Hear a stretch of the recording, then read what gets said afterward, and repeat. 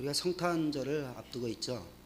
어제 어떤 TV 프로그램을 보니까 성탄과 아무 관련도 없는 중국에서 성탄 장식용품을 전 세계 60-70% 이상을 공급한대요. 우리나라도 사실 그렇잖아요. 모든 것이 중국 제품입니다. 일반 생활용품의 80%를 또 중국이 제공하는데 성탄용품의 60-70% 이상을 또한 전 세계에 공급하는 참 상술이죠. 아무래도 결국 아기 예수님과 별 상관없는 나라가 아기 예수 탄생을 상징하는 그러한 장식용품을 전 세계에 공급하고 있다라는 것은 우리가 이미 성탄의 의미가 많이 퇴색되고 밖에 사람들은 점점점 이것을 즐기는 날, 자기 만족을 이루는 그러한 기회로 삼고 있습니다. 그러면 우리 믿는 사람들은 성탄을 통해서 아기 예수의 탄생과 그 의미, 주님께서 우리를 위해서 하신 소중한 은혜를 생각해 보려면 예수 믿기 이전에 우리들의 모습이 어떠했는지를 생각해 봐야 할 줄로 압니다. 또한 예수 믿기 이전이 없고 어려서부터 믿은 분들이라 할지라도 하나님을 알지 못하고 또한 예수님이 이 땅에 오시지 않았다면 우리가 얼마나 죄를 먹고 마시며 타락한 본성을 따라서 살 수밖에 없는 자였을까라는 것을 생각해 봐야 할 것입니다. 그래서 예수님을 알기 전에 우리는 어떠한 존재였는가? 예수님이 이 땅에 오시지 않았다면 우리는 어떠한 존재가 되었을까라는 것을 우리가 상고해 볼 때 예수님의 탄생과 예수님의 탄생의 의미, 그 축복과 은혜가 무엇인지를 더 깊이 깨닫게 될 줄로 믿습니다. 본문에 보면 우리가 예수님을 만나기 전에 예수 그리스도가 이 땅에 오시기 전에 우리의 정체가 무엇이었고 우리가 어떠한 지경에 처해 있는가를 가리키는 중요한 두 단어가 등장을 합니다. 그 첫 번째가 1절에 나오는 고통이라는 단어입니다. 오늘 이사야서 9장 1절, 전에 고통하던 자에게는 흑암이 없으리로다. 우리가 아는 고통, 어떠한 큰 힘에 의해서 강제적으로 구속된 자유를 박탈당한 그러한 의미의 고통을 말합니다. 우리들은 예수님을 만나기 전에, 예수님이 오시기 전에 사탄의 권세에 사로잡혀 있던 그러한 존재입니다. 죄의 권세와 마귀의 권세에 사로잡혀 있을 수밖에 없는 그러한 존재입니다. 우리가 사는 세상에 정욕의 올무에 사로잡힌 사람들이 또한 얼마나 많은지 알 수가 없습니다. 그러한 인간적인 정욕, 육체적인 정욕, 사탄적인 정욕을 끊어버리려고 헤어나오려고 많은 사람들이 노력을 하지만 안 되는 경우가 많은 것을 우리는 주변에서 흔히 볼 수가 있습니다. 우리가 잘 아는 구약의 인물 다윗, 한번 정욕의 올무에 사로잡히니까 잘 헤어나지 못하는 모습을 우리가 성경 속에서 발견할 수가 있습니다. 사울왕도 마찬가지예요. 분노와 질투의 영에 사로잡히니까 어찌할 줄 몰라서 자기 스스로 광기에 사로잡히고 접신하는 그러한 지경에 이르기까지 합니다. 다윗의 아들 압살롬은 권력욕에 사로잡혀서 끔찍한 일을 자행하고 있는 모습을 또한 우리가 성경에서 찾아볼 수가 있습니다. 성경에 나오는 인물들 뿐만 아니라 이 세상의 많은 사람들도 권력욕, 그리고 명예욕, 돈, 알코올, 그리고 도박에 사로잡혀 헤어나지 못하는 사람들을 우리가 주변에서 얼마든지 볼 수가 있습니다. 마찬가지로 영적인 고통과 방황에 시달리는 그러한 사람들도 너무나 우리 주변에 많이 있습니다. 갈 바를 알지 못합니다. 그래서 어디로 가야 될지 모르고 불안하니까 밤을 지새워서 술을 마시면서 고통을 잊고 세상적인 물질적인 것으로 위로를 삼고 평안을 얻으려고 노력을 합니다. 또한 오늘 본문에 우리가 예수님을 만나기 전, 알기 전에 우리의 처했던 상황을 단적으로 말해주는 중요한 단어가 2절에 흑암이라는 단어가 나옵니다. 한번 2절 말씀 다 같이 읽겠습니다. 9장 이사야서 9장 2절 시작.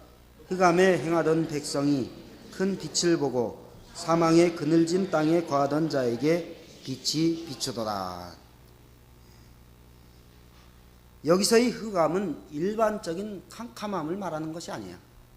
대충 달이 뜨고 전깃불이 있어서 깜깜하지만 어느 정도 볼 수 있는 그런 정도의 흑암은 아닙니다.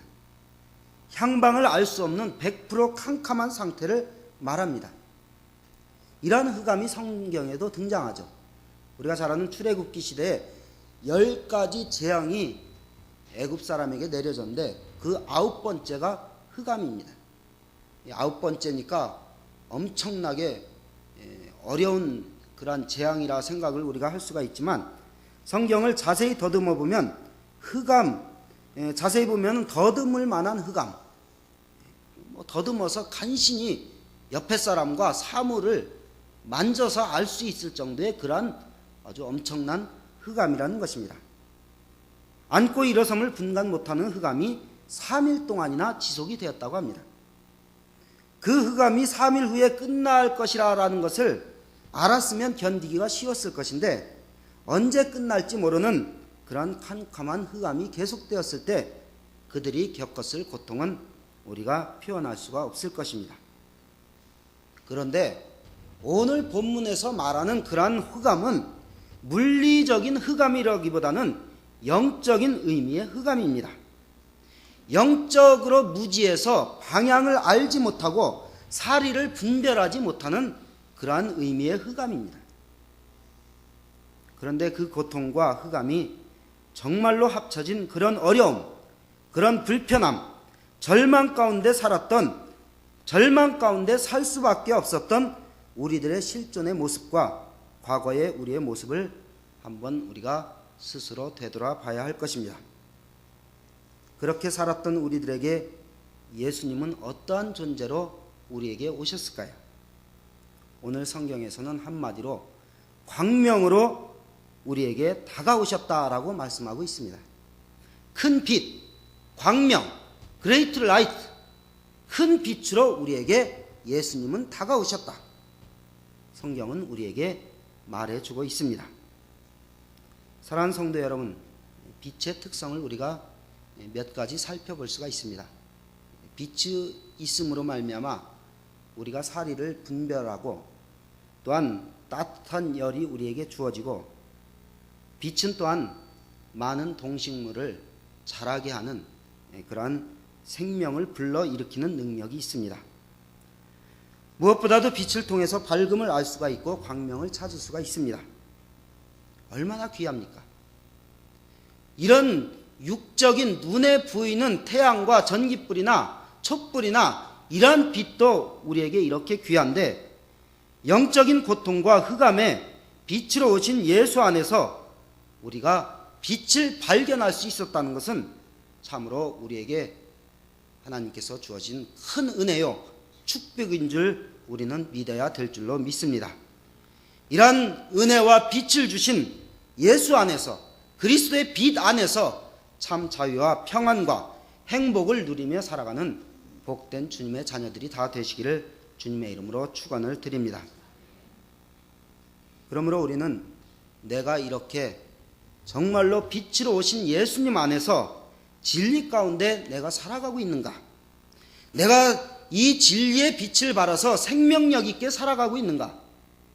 과거의 죄와 사망의 권세에서 사로잡혔던 우리들에게 생명의 빛으로 진리의 빛으로 오신 그 아기 예수님을 내 마음속에 늘 모시며 내 심령에 영적인 빛이 내 안에서 늘 꿈틀꿈틀 살아 움직여 역사하고 있는가를 늘 되돌아보며 살아야 될 줄로 믿습니다. 이러한 빛을 우리에게 던져주신 예수님께 우리가 더욱더 감사하고 그 주님의 진리의 빛을 주변 사회에 펼치며 살아갈 수 있는 귀한 성탄절을 보내실 수 있는 주님의 자녀들이 다 되시기를 주님의 이름으로 축원을 드립니다. 예수 그리스도가 또한 어떠한 분인지 그분의 역할이 무엇인지를 오늘 본문 6, 7절에서는 또한 우리에게 상세히 가르쳐 주고 있습니다. 오늘 이사야서 9장 6, 7절 말씀 다 같이 다시 한번 읽겠습니다.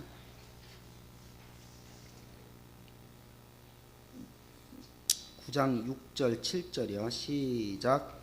이는 한 아기가 우리에게 낳고 한 아들을 우리에게 주신 바 되었는데 그 어깨에는 정사를 메었고 그 이름은 기묘자라 모사라 전능하신 하나님이라 영존하시는 아버지라 평강의 왕이라 할 것임이라.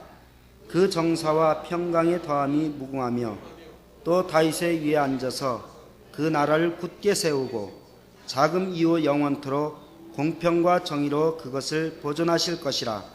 만군의 여호와의 열심히 이를 이루시리라.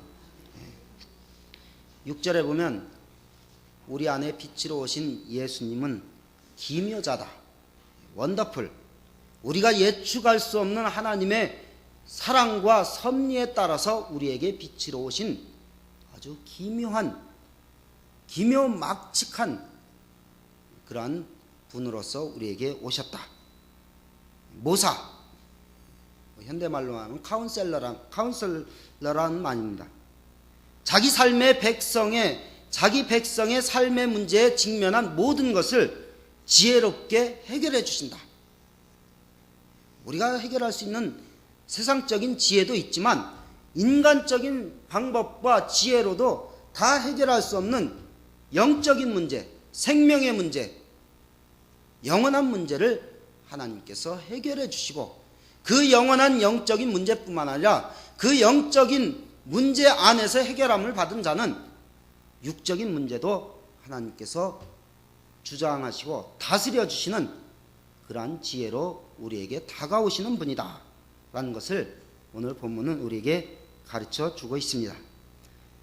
또한 전능하신 하나님, 영존하신 하나님, 권세와 능력이 무한하시고 영원한 보호자가 되시는 영적인 아버지가 되시는 하나님이란 그러한 의미입니다.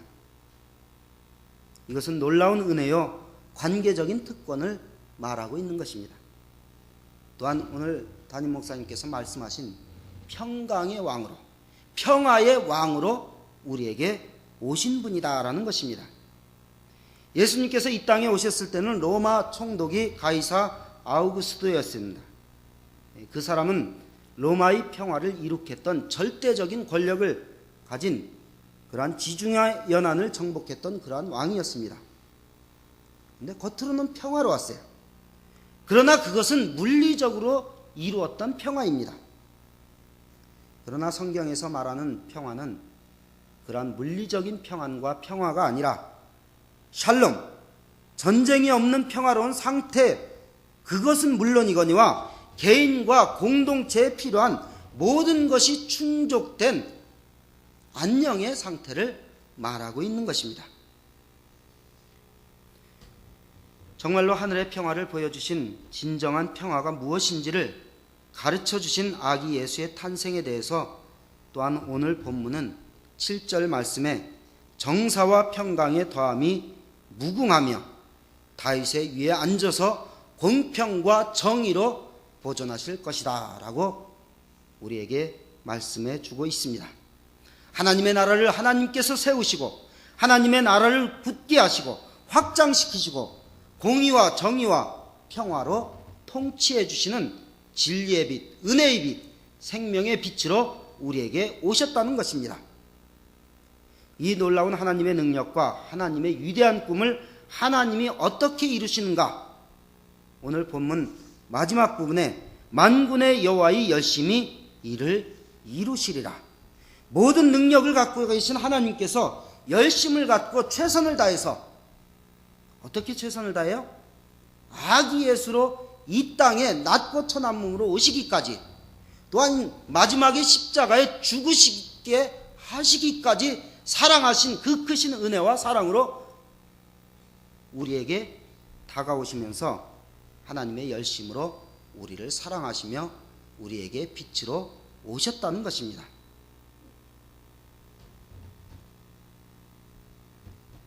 본문에서 가장 큰 은혜가 되는 것은 오늘 본문 6절 초반부에 다 같이 따라하겠습니다. 한 아기가 우리에게 났다. 아기가 하나님의 위대한 능력, 하나님의 사랑으로 우리에게 다가오셨고 하나님의 사랑을 이루어지는 그러한 첫 번째 사건으로 우리에게 오셨다는 것입니다. 이것은 쉽게 얘기해서 한 아기가 이 세상에 태어남으로 말미암아 세상에 수많은 사람들이 이 땅에 태어나고 오고 갔지만 예수 그리스도 그 아기만이 우리의 인류의 소망이요 빛이 되신다는 것입니다. 기묘자와 모사와 전능하신 하나님, 영존하신 하나님, 그리고 평강의 왕으로 오신 예수님이 우리의 빛이 되신다는 것이죠. 그리고 그 빛을 따라갈 때 정사와 평강이 무궁하고 공평과 정의로운 세상이 이루어질 것이라는 것입니다. 그래서 우리 자녀들은, 우리 믿음의 사람들은 이 빛을 따라가기만 하면 빛의 세계로 들어가게 되는 것이고, 이 빛을 만약에 거부하게 된다면 흑암과 고통의 결과를 낳게 되는 것입니다. 그래서 요한복음 1장 5절에 보면 빛이 어두움에 비치되 어두움이 깨닫지 못하더라. 믿지 않는 사람들은 아무리 빛이 비추어도 깨닫지 못하더라. 하나님을 받아들일 만한 믿음, 예수 그리스도의 빛을 받아서 자기가 자기의 모든 생활을 변화시키고 새롭게 해야 되는데 그것이 싫은 거예요. 그냥 일시적인 쾌락, 일시적인 만족, 그리고 이 땅에서의 유한한 삶에 만족하고 있기 때문에 깨닫지 못하고 계속 어두움 속에 있음으로 말미암아 고통과 흑암에 거하는, 계속해서 고통과 흑암에서 헤매고 그 인생이 끝나는 그러한 일의 결과를 낳게 된다는 것입니다. 그러나 아기 예수의 빛을 그 마음속에 받아들이는 심령은 영접하는 자, 곧 그 이름을 믿는 자들에게는 하나님의 자녀가 되는 권세를 주셨다. 요한복음 1장 12절에 빛을 받아들이는 자는 하나님의 자녀가 되는 권세를 주시는 놀라운 생명의 역사를 일으키게 된다라고 말씀해 주고 있는 것입니다. 모쪼록 우리 정신교회 모든 주의 성도들은 하나님의 자녀가 되는 권세를, 그 빛을 간직하며 살아갈 수 있는 복된 주님의 심령들이 되시기를 바랍니다. 여러분의 마음속에 정말로 아기 예수의 빛이 있습니까? 정말로 아기 예수의 순전함이 우리 안에 비춰지고 있습니까? 아기 예수의 박애정신, 이타정신이 우리 안에 있는지, 그 빛이 정말로 살아있는지 우리는 우리 자신을 돌아봐야 될 줄로 믿습니다. 빛으로 오신 예수님, 공평과 정의로 오신 진실과 하나님의 의를 이루실 그 빛이 우리 안에 늘 살아있는지를 우리는 우리 자신을 늘 되돌아봐야 될 줄로 믿습니다. 기묘한 하나님의 능력, 많은 사람을 하나님의 품으로 이끄는 모사적인 능력, 전능하신 하나님의 능력이 우리 안에 있는지 늘 점검해 봐야 될 줄로 믿습니다. 우리 안에 이러한 빛으로 오신 예수님이 있어야만 우리가 또한 빛의 역할을 감당하게 될 것입니다. 예수님의 빛이 우리 안에 없는데 어떻게 우리가 빛의 역할을 감당할 수 있을까요? 하나님은 이미 빛을 우리에게 주셨고 우리를 세상의 빛으로 불러주셨습니다. 이 빛을 온전히 발견하고 이 빛 안에서 거하는 기쁨을 간직하며 살아갈 수 있는 우리 모두가 될 수 있기를 바랍니다. 우리가 잘 아는 동방박사 세 사람이 아기 예수를 찾아가다가 하늘에서 자기를 인도하던 별을 잃어버렸습니다. 그때 헤롯 궁에 들어가서 아기 예수에 대해서 묻고 다시 나왔을 때 아기 예수께 인도하던 그 별을 보았을 때 동방박사들이 가장 크게 기뻐하고 기뻐하더라라고 성경은 말해주고 있습니다. 동방박사들이 발견한 빛은 이제까지 자기들이 평생 살았던 빛과 전혀 다른 빛이었습니다. 동방박사들을 인도했던 그 빛은 한마디로 생명의 빛이었습니다. 진리의 빛이었습니다. 은혜의 빛이었습니다. 구원의 빛이었습니다. 그러기에 그들이 다른 어떠한 세상의 빛보다도 아기 예수를 발견한 그 빛을 찾게 되었을 때 가장 크게 기뻐하고 기뻐하더라라고 성경은 기록해 주고 있습니다. 이것은 무엇을 말하냐면 예수를 만난 기쁨, 예수 안에 거하는 기쁨, 예수를 안 기쁨이 세상의 어떠한 암, 세상의 어떠한 즐거움, 세상의 어떠한 기쁨보다 크다는 것을 말해주고 있는 것입니다. 사랑하는 성도 여러분, 아무쪼록 아기 예수 탄생이 앞두고 있는 성탄절을 앞두고 있는 우리 모든 주님의 자녀들은 정말로 동방박사들이 발견한 빛처럼 예수를 알고 예수를 발견하고 예수를 내 마음속에 영접하는 그러한 기쁨이 충만해지는 이 성탄절을 맞이하시는 우리 모두가 되시기를 주님의 이름으로 축원을 드립니다. 빛으로 오신 예수님을 마음에 온전히 모시고 심령의 밝은 빛을 예수님처럼 또한 온 누리에 비추며 사시는 결단과 각오가 있는 성탄절이 되시기를 주님의 이름으로 축원을 드립니다. 기도하겠습니다. 사랑의 하나님, 영적으로 저희들이 고통과 흑암 가운데 처해 있었지만 저희들에게 생명의 빛으로 진리의 빛으로 우리에게 다가오신 예수님을 저희들이 영접하며 찬양을 올려드립니다. 우리를 위해 이 놀라운 업적을 이루실 만군의 여호와의 열심히 성취하실 그 하나님을 찬양하며 감사할 수 있는 이번 성탄절이 될 수 있도록 인도하여 주시옵소서. 동방박사들이 예수를 발견했을 때 이 세상의 어떠한 기쁨보다 가장 기뻐하고 크게 기뻐했다라고 성경은 기록한 것처럼 우리들도 늘 예수님의 빛이 내 안에 있고 예수님을 우리의 마음속에 모시고 예수님과 임마누엘로 동행하는 임마누엘 된 신앙을 가진 것에 대해서 가장 기뻐하고 보람을 가지고 긍지와 자부심을 가지고 힘차고 권세 있게 살아갈 수 있는 우리 모두가 될 수 있도록 은혜를 더하여 주시옵소서. 빛으로 오신 예수 그리스도의 이름으로 기도하옵나이다. 아멘.